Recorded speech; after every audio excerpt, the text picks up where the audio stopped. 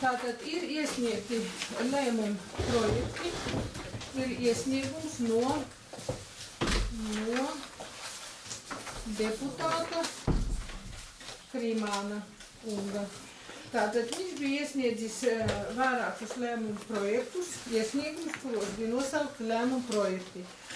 Bija iesniegts uz Finanšu komiteju, bet netika ieslēgti šie jautājumi. Es vienkārši paskaidroju tiem, kas nebija uz Finanšu komiteju, lai zinātu. Tātad nebija iekļauti šie jautājumi sakarā ar to, ka lēmumu projekti tika iesniegti 12:20.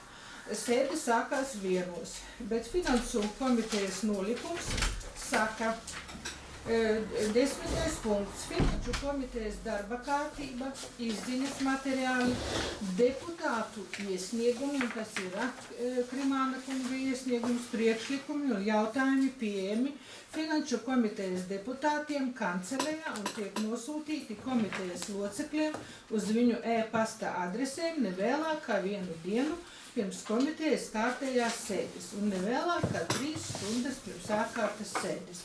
Tātad, sakarā ar to, protams, te bija ļoti lielas debates un apvainošanās, bet tiešām mēs rīkojamies likuma prasības. Ja? Tāpēc, par cik lēmumu projektos ir ļoti daudz jautājumi tādi, kuri ir jāskata, it kā jāskata nākošajā sēdē, bet tur arī daudz, kur loģikas nesaprotu, kā var Finansu komitejā balsot par lēmumu projektu, kurš faktiski mēs par lēmumu projektus gatavojam Finansu komitejā. Un tad virzām uz sēdi, kurā mums jābalso par katru no šiem lēmumu projektiem. Bet tas ir jūsu ziņā, jūs paši domājiet. Tātad es visus lēmumu projektus novirzīju juristam. Protams, ļoti žēl, ka šodien deputāts Krimāns nepiedalās šajā sēdē, bet pēc likuma, ja deputāts ir iesniedzis lēmumu projektus, tātad viņš ir iesniedzis, un tād jau es esmu tiesīga pēc likuma un pēc Kuzņecova teiktā skatīt visus viņa lēmumu projektus.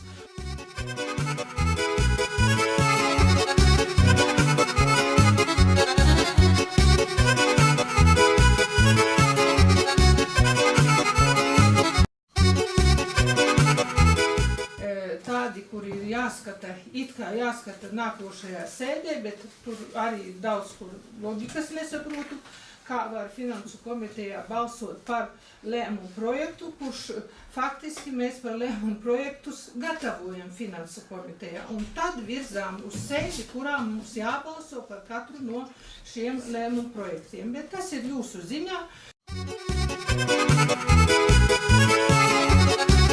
Un virzīt uz kārtējo sēdi. Un tāpēc, par cik šie jautājumi tika novirzīti Kuzņecovam izskatīt, lūdzu deputātus balsot par to, kā Kuzņecovs nolasīja šos lēmumu projektus. Kas par to lūdzu balsojam? Par? Mēs par ko balsojam? Par to, ka Kuzņecovs nolasīs? Jā. Mēs balsojam. Ko? Balsojam uzreiz, jā? Nē. Lai lasa. Nē, balsojam, lai viņš nolasa. Nu jā, lūdzu, kas par to? Jābalso, lai viņš nolasa. Varbūt jūs neķiet. Jā. Lai viņš nolasa? Jā. Mums priekšana nav vajadzīga. Labāk nobalsojam. Kas par to lūdzu? Es nesaprotu, par ko mēs Juris ziņo. balsojam. Kas par to lūdzu balsojam? Par?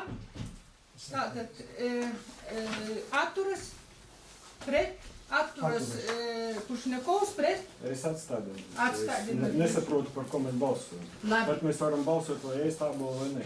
Labi, skaidrs. Lūdzu, Denis.